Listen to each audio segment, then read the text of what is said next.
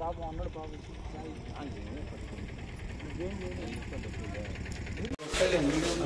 నేను అదే తొందర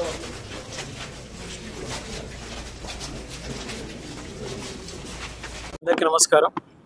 రంగారెడ్డి జిల్లాలోని షాద్నగర్ నియోజకవర్గంలో గౌరవ ఎమ్మెల్యే శంకరయ్య గారి ఆధ్వర్యంలో మనకు ఏవైతే డబుల్ బెడ్రూమ్ ఇళ్ళు పూర్తి చేసుకోవాల్సిన అవసరం ఉందో వాటిని క్షేత్రస్థాయిలో అధికారులతోటి అట్లాగే ఇక్కడ ఉన్న ఇతర అంశాలను పరిశీలించడానికి వారి ఆధ్వర్యంలో క్షేత్రస్థాయి పర్యటన చేయడం జరిగింది. ఇక్కడ ఉన్న ఈ డబుల్ బెడ్రూమ్ ఇళ్ళని ఎంత పూర్తిగా మనము అందుబాటులోకి తీసుకురావాలన్న ఉద్దేశంతో ఈ విజిట్ చేయడం జరుగుతూ ఉంది. దీనికి సంబంధించిన వివరాలన్నీ కూడా అధికారులతోటి చర్చించి సమీక్షించుకొని మళ్ళీ అతి త్వరలో వీటిని లబ్ధిదారులకు అందుబాటులోకి తీసుకురావాలన్నది దీంట్లో ఉన్న ప్రధానమైన ఉద్దేశం. దానికి సంబంధించిన అవసరాలు ఏమేమి ఉన్నాయి, ఇంకేమేమి పూర్తి చేయాలన్నది మేము అధికారులతో కూడా చర్చించడం జరుగుతూ ఉంది. షాద్నగర్ నియోజకవర్గ లబ్ధిదారులకు వీటిని త్వరలో అందుబాటులోకి తీసుకురావాలని చెప్పేసి ఎమ్మెల్యే గారు పట్టుబట్టి ఈ కార్యక్రమాన్ని ఇక్కడ పెట్టించడం జరిగింది.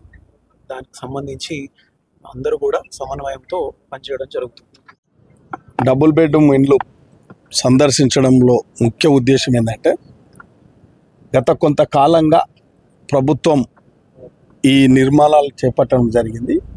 ఇంకొంచెం 20% అసంపూర్తిగా ఉన్నాయి కాబట్టి వాటిని పూర్తి చేసి ఖచ్చితంగా ఎవరైతే అర్హులు ఉన్నారో పారదర్శకంగా పార్టీలకు అతీతంగా ఏ పార్టీ ఆ పార్టీ కాదు, అన్ని పార్టీల యొక్క ఉద్దేశం ఒకటే.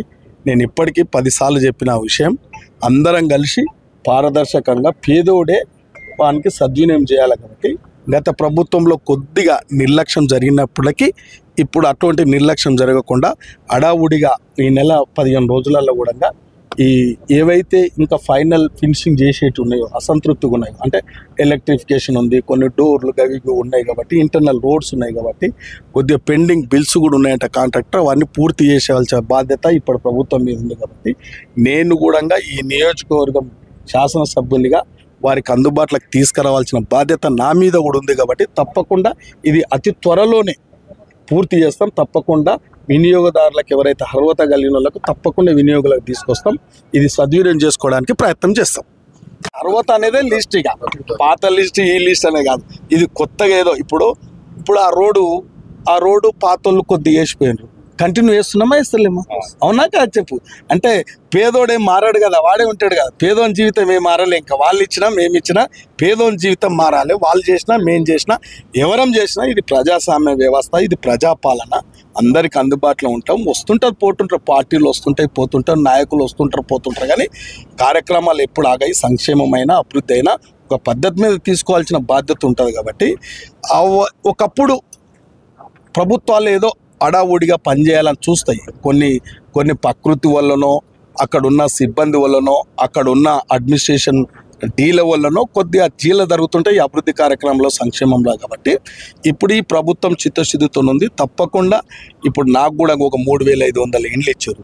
అప్పుడు దాదాపు మన దగ్గర కూడా ఒక 3000 ఇండ్లు ఏదో కడుతున్నట్టు అక్కడక్కడ. కాబట్టి అవి కలిస్తే దాదాపు ఒక 7000 మందికి లబ్ధిదారులకైతే సద్వినియోగం చేసే బాధ్యత తీసుకుంటున్నాం.